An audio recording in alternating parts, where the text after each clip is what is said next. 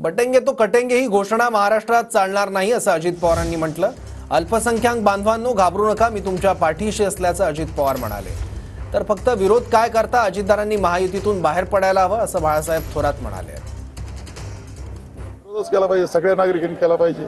त्यांना म्हटलं बेरोजगारीवर बोला।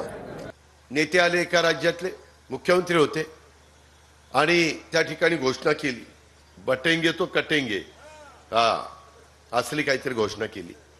मी त्यांना सांगितलं ही घोषणा शिवशाहू फुले आंबेडकरांच्या महाराष्ट्राला चालणार नाही। त्यामध्ये आम्ही सगळे युगपुरुष छत्रपती शिवाजी महाराज यांच्या विचारांनी पुढे चाललो। त्याच्यामुळं माझ्या अल्पसंख्याकांना मला सांगायचं, घाबरू नका, मी तुमच्या पाठीशी आहे, कोण तुम्हाला काही करू शकत नाही। आम्ही कुणाला वाऱ्यावर सोडणारी माणसं नाही। या राज्याच्या या निवडणुकीमध्ये बटेंगे कटेंगे काय कारण आहे? त्याचा विरोधच केला पाहिजे, सगळ्या नागरिकांनी केला पाहिजे। त्यांना म्हटलं बेरोजगारीवर बोला, महागाईवर बोला, शेतकऱ्याची जी वाईट परिस्थिती त्याच्यावर बोला। त्यावर कोणी बोलायचं नाही। त्याला असं वाटतं हे असं घोषणा दिली की आपोआप मतं मिळतील। आणि जर अजित पवारांना वाटत असेल की हे नको होतं असं, तर त्यांनी खरं म्हणजे महायुतीतून बाहेर येणं आवश्यक होतं। नुसतं फक्त असं म्हणायचं आणि गप्प बसायचं हेही बरोबर नाही।